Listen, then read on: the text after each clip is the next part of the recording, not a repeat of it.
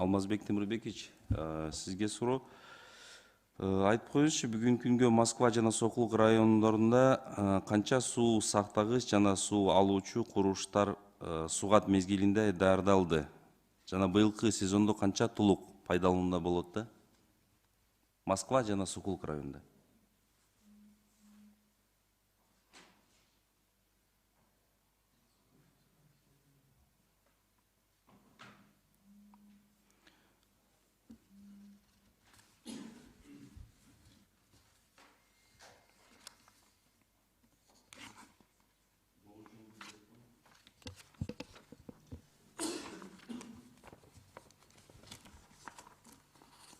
Bir minut. Moskva rayonu boyunca bizde hazır memleketlik balanstagı БСРлар быйылкыга планга 22 жыл планга кирген эмес.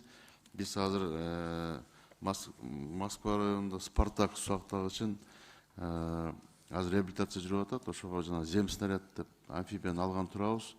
Бүгүнкү күнү 22 миллион проектный мощность болсо, бүгүнкү 7 миллион жанагы чоң наностор бар. Ошону азыр амфибия келгенде биринчи иретте ошо Спартак сактагычына коебуз. Рахмат. Ушул Москва районундагы ак суу БДРдин курулушу өткөн жылдын башына долбоордук сметалык документтерди түзүлгөн. Азыр кандай акыбал экен?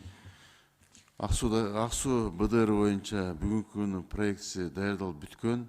Болгону жанагы жердин отводу калган, ошо отвод бүтсө эле биз экспертиза өткөзүп беребиз. Долбоордун баасы канча экен? 500 миллион сом. Буюрса качан башталат? Бул жер маселеси чечилсе эле биз экспертизага берсек, анан кийин жана донорлорго сунуштайбыз Кытай тарапка. Рахмат. Анан кийин ушул Жаңы Жер айылынын тургундары Ат башы каналынын абалына абдан тынчсыздынаштууда. Тазалоо иштери качан башталат? Быйылкы планда бар. Биз былтыр жанагы эки чоң западный, восточный бычканы тазалап чыкканбыз. Быйыл планда бизде совхозный, Атбашинский канал бар. Бул пайдалуу көлөмдөгү сууну өнүмдөө зарылды. Ошон үчүн сизге дагы өтүнүч, өзгөчө көңүл буруңуз. Ушул көптөгөн суу сактагычтар БДР жана БСРлер негизиндеги ушул 50 жылдын ашык же андан да көп жылдар мурун курулганда. Бул Москва районуна караштуу Спартак айылындагы сиз азыр айтып койдуңуз, ушул быйыл буюрса, ушуну айынга чейин иштеп чыгасыз да.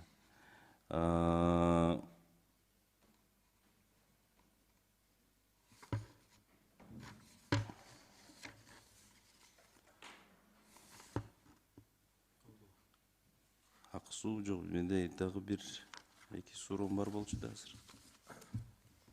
Ушул Нижний Чуйск аймагында R8, R9, К2 деген 3 каналы да, жана БСР бар. Бардыгы мамлекеттин балансында да.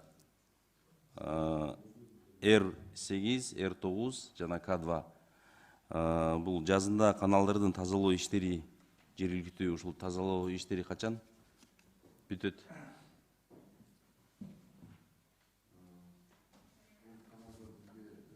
Siz mikrofonu işledik mi? Бул каналдар боюнча бизде планда каралган, сизге кошумчада маалымат берейин. Биз R8, R9 боюнча бизде биякта жок экен. Карап көрөлү ал маселени. К2 деген да. К2. Бул коллекторлор эми маалымат берип коен. Биз азыр токтом даярдап атабыз. Жана быйыл бүт жанагы коллектор каналдарды, сеттерди баланска алабыз. Алгандан кийин ушу ички чарбалыктар болуп атпайбы, ошолорду планга киргизип тазалап баштайбыз. Рахмат.